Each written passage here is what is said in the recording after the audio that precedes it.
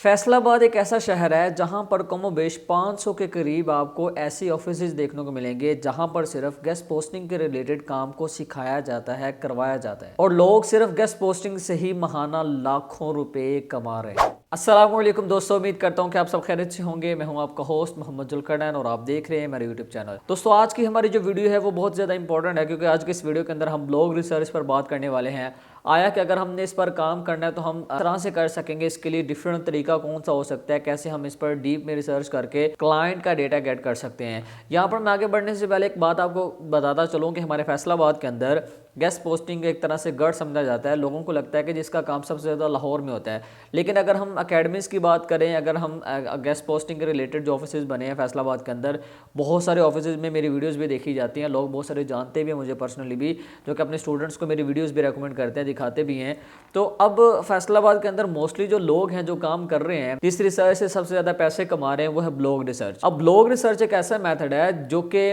Market के अंदर लोगों को बहुत ही कम पता है। लोगों को पता ही नहीं कि बेसिकली इसको सही तरीके से हम कैसे लेके चल सकते हैं, कैसे कैसे हम इस पर काम कर सकते हैं। हमें इस चीज़ के बारे में पता नहीं, क्योंकि हमें कोई बंदा बताने वाला नहीं, गाइड करने वाला नहीं है। तो हम लोग इन सारी चीज़ों के चलते प्रॉपरली ब्लॉग रिसर्च पर काम नहीं कर पाते। तो आप लोगों को आज के इस वीडियो के अंदर बताऊंगा कि अगर आपने ब्लॉग रिसर्च को आगे लेके चलना तो आप किस तरह से लेके चल सकते हैं। तो यहाँ पर अब वीडियो में आगे बढ़ते हुए आप लोगों को बताता चलूँ कि ब्लॉग रिसर्च पर काम करने के लिए ये ज़रूरी नहीं है, लाजम नहीं है कि हम लोगों ने फैशन पे काम करना है, हम लोगों ने टेक इंडस्ट्री पे काम करना है, या हम लोगों ने ट्रैवल पे करना है, हम लोगों ने हेल्थ पे करना है, या हम लोगों ने गेमिंग पे करना है, या अगर हम लॉ पे करते हैं तो हमने उसी पे करना है, या जो टॉप की कैटेगरीज हैं 10 से 15 हमने उन्हीं को लेके चलना है। या हमें लग रहा होता है कि जो गेस्ट पोस्ट की साइट्स हैं उन पर जो टॉप की कैटेगरीज आ रही हैं, जितनी भी साइट्स हम देखते हैं उनमें जी टॉप की 10 कैटेगरीज ही आती हैं, जिसमें वही मैं रिपीट करूँगा, टेक्नोलॉजी आ जाती है, गेमिंग आ जाती है, फैशन आ गया, इसके अंदर फाइनेंस हमें देखने को मिल जाता है, लॉ आ जाता है, स्पोर्ट आ जाता है, और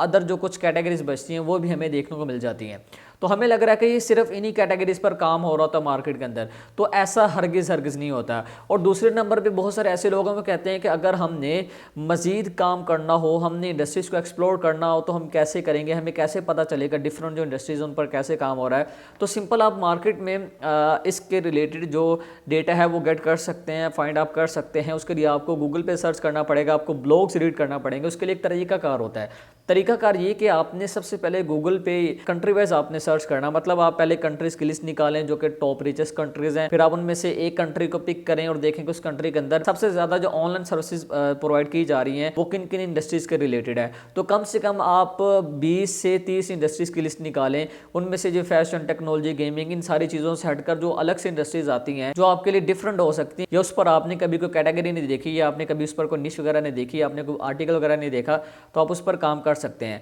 अब होता ही है कि हम लोग मार्केट के अंदर काम करते हैं, हम भटकते फिर रहे हैं, हमारे फैसलाबाद के अंदर जितने भी ऑफिस हैं इनके अंदर काम हो रहा होता है, लेकिन एक जो चीज़ होती है वो ये कि लोग यहाँ पर भी मार खाते हैं, लोगों को यहाँ पर भी क्लाइंट नहीं मिलते, ब्लॉग रिसर्च से भी क्लाइंट नहीं मिलते, क्योंकि इसकी सबसे बड़ी जो वजह है वो ये कि हम वही घिसी पिटी साइट्स का यूज़ कर रहे होते हैं, जिस साइट पर ऑलरेडी लाखों लोग बैठ के ब्लॉग रिसर्च कर रहे हैं, क्लाइंट फाइंड कर रहे हैं। हमारे यहाँ लोगों को लगता है कि अगर एक वेबसाइट पे गूगल इंडेक्स अगर आपको 5,000 मिल रहा है, 10,000 मिल रहा है, तो सभी लड़कों को उसी पे लगा दो।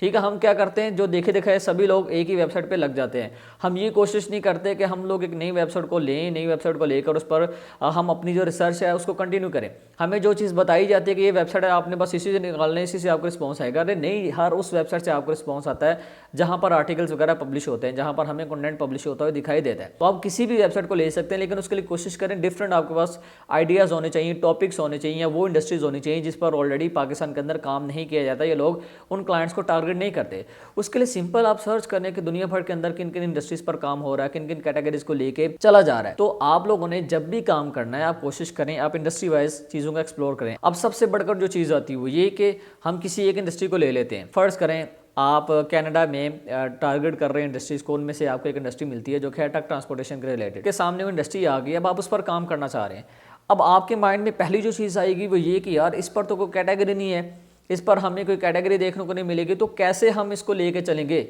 हमें तो इसके रिलेटेड गेस्ट पोस्ट की साइट से नहीं मिलेंगी। तो उसका मैं आपको तरीकाकार बताता हूँ कि आपने जब भी किसी भी कैटेगरी को लेकर चलना है, किसी भी ऐसी इंडस्ट्री को लेकर चलना है जिस पर स्पेशल गेस्ट पोस्ट की साइट्स नहीं बनती, जिस पर कोई स्पेशल कैटेगरी नहीं होती, तो आप एक बात अपने माइंड में रखिएगा कि इसके लिए हम मार्केट के अंदर जो साइट्स को चूज़ करते हैं या जो साइट्स हम यूज़ करते हैं वो होती है जर्नल वेबसाइट, क्योंकि जर्नल वेबसाइट में हर तरह का कंटेंट जो है वो पब्लिश हो जाता है, तो इसमें कोई प्रॉब्लम वाली बात नहीं। और दूसरे नंबर पे हम लोग कहते हैं कि अगर हमने कोई नई इंडस्ट्री को चूज़ कर भी लिया है तो अगर हम उसके रिलेटेड ब्लॉग रिसर्च करना चाह रहे हैं तो हम कैसे करेंगे, क्योंकि हमें तो कैटेगरी नहीं मिलती। तो सिंपल है यार, आप उस इंडस्ट्री के रिलेटेड कीवर्ड्स वगैरह निकालें, आइडियाज़ लें डिफरेंट टूल्स का यूज़ करके, उसके बाद जो आपके पास कीवर्ड्स आएंगे वही आपने सिंपल ब्लॉग रिसर्च के लिए वेबसाइट्स पर जाना, जो ब्लॉगिंग की साइट्स हैं, जो वेंडर जिनको आप बोलते हैं, एडमन बोलते हैं, वहाँ पर जाके आप उनके सर्च बार में उसी कीवर्ड को सर्च कर देना है। तो अगर उस वेबसाइट में आर्टिकल्स ब्लॉग वगैरह आ रहे हैं, जनरल वेबसाइट की बात कर रहा हूं, तो जनरल वेबसाइट में अगर आपको काफी तादाद में आर्टिकल्स और ब्लॉग्स वगैरह देखने को मिल रहे हैं